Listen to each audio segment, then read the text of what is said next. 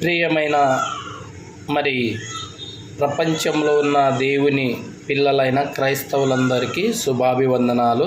ప్రియులారా, మనము మరి క్రీస్తుని ధరించిన క్రైస్తవులం. మనం మరి ప్రపంచంలో ఎందరో పండితులు గొప్పవారు అనేవారు మరి ప్రపంచంలో బైబిల్ మాకే తెలుసని విరవీగుచున్నవారు ఎందరికో మనము మరి చూస్తున్నాం. ప్రియులారా, మరి వాక్యము దేవుడు మనతో ఏం చెప్పాలనుకున్నాడు, మనం ఏం మాట్లాడుతున్నామో మరి బైబిల్ గ్రంథాన్ని కొద్ది నిమిషాలు మనము ఆలోచిద్దాం. ప్రియులారా, మరి ఒక సామెత ఉంటుంది. ప్రియులారా, ఒక సామెత ఏముంటుందంటే, పాసపండ్ల దాసరి పాడిందే పాడుతూ అన్నట్ల ఒక మాట ఉంటుంది. ప్రియులారా, లోక సంబంధంగా ఒక సామెత.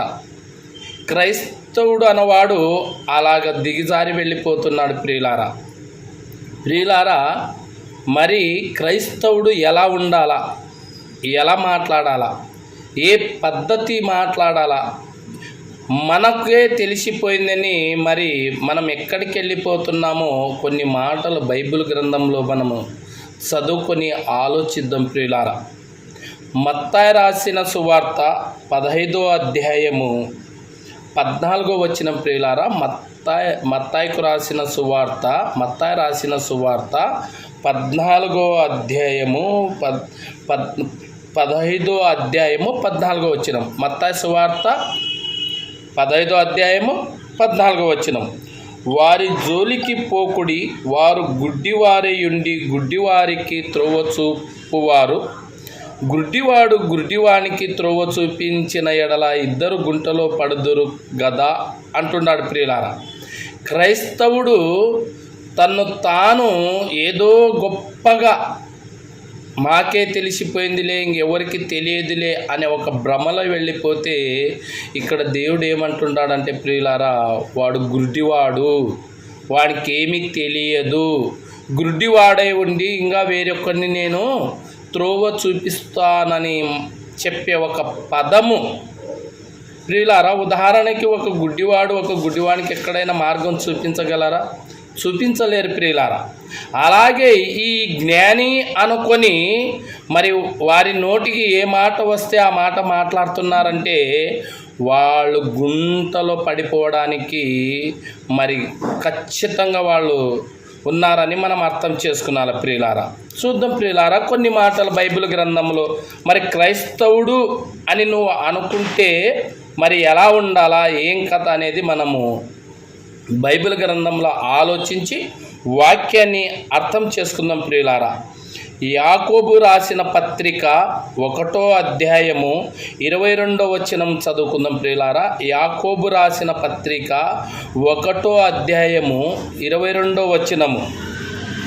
మీరు వినువారు మాత్రమయుండి మిమ్మును మీరు మోసపుచ్చుకొనకుండా వాక్య ప్రకారం ప్రవర్తించువారయుండు అంటున్నాడు. ప్రియులారా, చెప్పేవారైనా వినేవారైనా వాక్యం చెప్తున్నాములే, ఇంకా మా ఇంత మేధావులు లేరు, మా ఇంత జ్ఞానము లేదు అనుకుంటే ప్రియులారా, నువ్వు పప్పులో కాలేస్తున్నావని, నీ జీవితం వెళ్ళిపోతుందని నువ్వు అర్థం చేసుకునాలా. ఇక్కడ వాక్యం మనతో ఏం మాట్లాడుతుంది? ప్రియులారా, మీరు వినువారు మాత్రమే ఉండి మిమ్మును మీరు మోసపుచ్చుకొనకుండగా వాక్య ప్రకారం ప్రవర్తించువారయుండు అంటున్నాడు.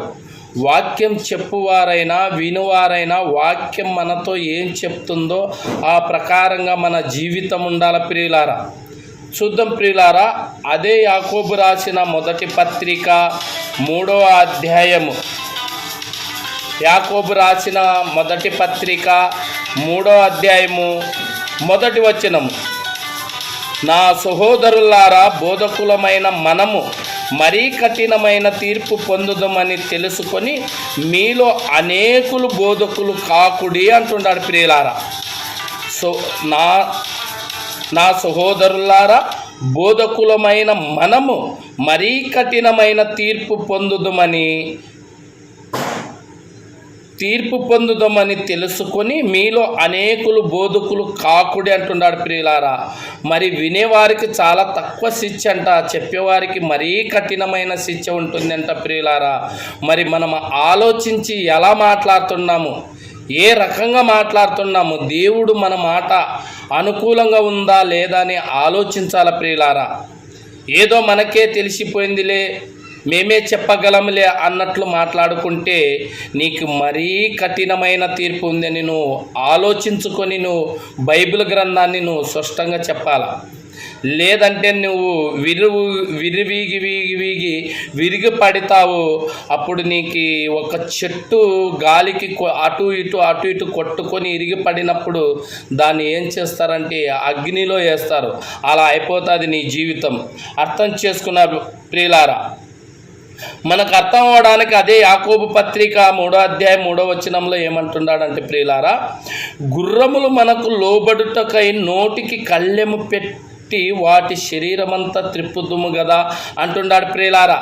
ఒక గుర్రానికి ఎంత, మరి అది మనకు మాట వినాలంటే నోటికి కళ్ళెం పెట్టుకునాలంట ప్రియులారా. మరి క్రైస్తవుడైన నీవు నోటికి కళ్ళెం పెట్టుకుంటున్నావా లేదా ఆలోచించుకో. ఏదో నాకే తెలిసిపోయిందని నువ్వు మాట్లాడుతున్నావంటే నువ్వు ఎక్కడికి వెళ్ళిపోతున్నావో మరి ఆలోచించుకో సహోదరుడా. మాట్లాడడం ఎవరికైనా రావచ్చు, ఏదైనా మాట్లాడచ్చు. మాట్లాడడం పెద్ద గొప్ప సమస్య కాదు. నీకు ఒక్కడికే మాట్లాడడానికి వస్తుందని, లేకుంటే నువ్వే మాట్లాడగలవని, అది నీ అమాయకత్వం, నీ వెర్రితనం. అది చూద్దాం ప్రియులారా. అదే యాకోబు రాసిన పత్రిక 3వ అధ్యాయము మరి 5వ వచనం. యాకోబు రాసిన పత్రిక 3వ అధ్యాయం 5వ వచనం. అలాగుననే నాలుక కూడా చిన్న అవయవములో బహుగా అదిరిపడును, ఇంత కొంచెము నిప్పు ఎంత విస్తారమైన అడవిని తగలబెట్టును అంటున్నాడు ప్రియులారా. అగ్గిపుల్ల చాలా చిన్నగా ఉంటుంది ప్రియులారా. ఒక్కసారి దాన్ని మండించామనుకో ప్రపంచమంతా కాలిపోతుంది, అది మనకు తెలుసు. కానీ మన అవయవంలో నేలక కూడా చాలా చిన్నదంట, అది భయంకరమైన అగ్నితో ఉందంట. మరి నువ్వు అగ్ని నోట్లో పెట్టుకొని ప్రపంచాన్ని కాల్చేస్తున్నావా, లేదా నిన్ను నువ్వే తగలబెట్టుకుంటున్నావా ఆలోచించుకునాలని ప్రభుపేట మనవి చేస్తున్నాను ప్రియులారా. అదే యాకోబు పత్రిక 3వ అధ్యాయము 6వ వచనం. నాలుక అగ్ని, నాలుక మనిషి అవయవములో ఉంచబడిన పాప ప్రపంచము, సర్వ శరీరమునకు మాలిన్యము కలగజేయు ప్రకృతి చక్రము చిచ్చుపెట్టును అంటుంది ప్రియులారా. ఈ నాలుకంట పాప ప్రపంచమంట, ఈ ప్రపంచానికే చిచ్చు పెడుతుందంట ప్రియులారా. మరి నీ జీవితానికి ఏం పెడుతుందో నువ్వు ఆలోచించుకునాలని ప్రభుపేట మనవి చేస్తున్నాను. మరి ప్రియులారా, ఆలోచించండి, తెలుసుకునండి. వాక్యము ఏదో తెలిసిపోయిందని ఎలా అంటే అలా మాట్లాడొద్దు. అదే యాకోబు పత్రిక 3వ అధ్యాయం 8వ వచనము. ఏ నరుడును నాలుకను సాధు చేయనేరడు, అది మరణకరమైన విషముతో నిండి ఉన్నది అంటున్నాడు ప్రియులారా. ఏ నరుడు నాలుకను సాధు చేయలేడంట, దాన్ని కంట్రోల్ చేయలేడంట. ఆవేశం వస్తానే మరి గొప్పలు చెప్పుకుంటూ మరి ఏదేదో చెప్పుకుంటూ మరి ఎక్కడికి వెళ్ళిపోతున్నావో అర్థం కాకుండా పోతుండా ప్రియులారా. సహోదరుడా, తెలుసుకో, మరణానికి నువ్వు త్రోవ తీస్తున్నావంట. ఏ మరణం? శరీరసారమైన మరణం కాదు ఇక్కడ చెప్పింది దేవుడు. రెండో మరణం, అది అగ్నిగుండం. అక్కడ యుగములు నువ్వు కాల్తూ నశించి బాధపడుతూ ఉండాలి అక్కడ. మరి అర్థం చేసుకున్నాలని ప్రభుపేట మనవి చేస్తున్నాను.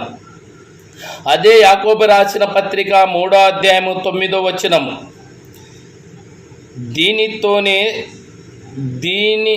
దీనితోనే తండ్రైన ప్రభుని స్తుతింతుము, దీనితోనే దేవుని పోలికగా పుట్టిన మనుషులను శపింతుమంటున్నాడు ప్రియులారా.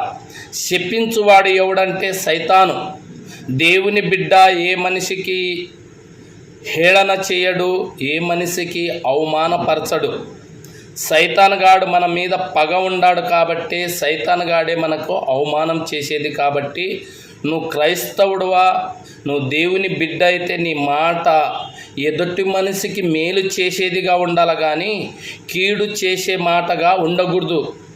కీడు చేసే మాటగా ఉందంటే నువ్వు పప్పులో కాలేస్తున్నావని, నువ్వు మరణాన్ని తెచ్చుకుంటున్నావని, నీవు నాశనకరములో వెళ్ళిపోతున్నావని ఆలోచించాలని ప్రభుపేట మనవి చేస్తూ, ఒక్యాలి నేను పొరపాటుగా తప్పు చేస్తే తండ్రైన దేవుడు, కుమారుడైన దేవుడు, పరిశుద్ధాత్మ దేవుడు చూస్తున్నాడు. కాబట్టి మనము మనసులకు భయపడవద్దు కానీ దేవునికి భయపడి మనము పశ్చాత్తాపపడి, తండ్రి నేను పాపిని, దుర్మార్గుని, నీచుని, నా పొరపాటు క్షమించుమని సాటి సహోదరుని అయ్యా నాది తప్పు అని నువ్వు ఒప్పుకొని మరి ప్రభు కాడికి రావాలని మరి ప్రభుపేట మీ అందరికి వందనాలు చెల్లిస్తూ, మరి మీరు చెప్పిన మాట ఆలోచించి మరి నీ జీవితాన్ని కూడా కట్టుకునాలని ప్రభుపేట మనవి చేస్తూ ఈ మాటలు సెలవు.